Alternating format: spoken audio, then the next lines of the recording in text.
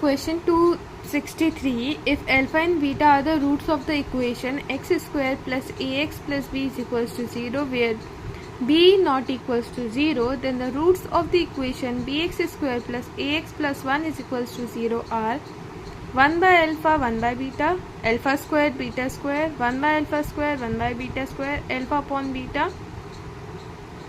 या beta upon alpha. ठीक है, तो इक्वेशन दे रही है हमें, रूट्स दे रखे हैं उन्होंने. ठीक है, तो सम ऑफ रूट्स क्या होता है, माइनस ए आएगा.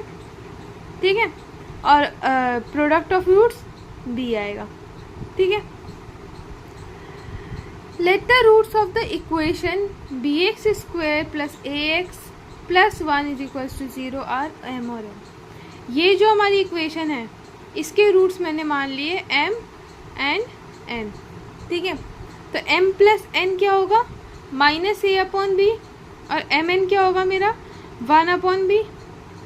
ठीक है, अब m प्लस n में माइनस ए अपॉन बी को, मैं माइनस ए की वैल्यू क्या थी हमारे पास, अल्फा प्लस बीटा, तो मैंने माइनस ए की जगह अल्फा प्लस बीटा लिख दिया. और अपॉन बी, तो b की वैल्यू क्या थी, अल्फा बीटा लिख दिया. इसको मैं ऐसे भी लिख सकती हूँ, अगर मैं अल्फा बीटा से दोनों साइड डिवाइड करूँगी तो हो जाएगा 1 upon beta plus 1 upon alpha हो जाएगा, जिसे मैं 1 upon alpha plus 1 upon beta भी लिख सकती हूँ. ठीक है, अब अगर मैं एम एन देखूँ, एम एन क्या था मेरे पास 1 अपॉन बी, और बी की वैल्यू क्या थी मेरे पास अल्फा बीटा, तो 1 अपॉन अल्फा बीटा, इसको मैं 1 upon alpha into 1 upon beta भी लिख सकती हूँ.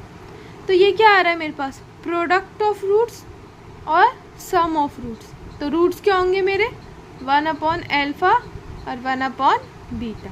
ठीक है, तो हमारा करेक्ट ऑप्शन कौन सा होगा, option A, 1 upon alpha 1 upon beta.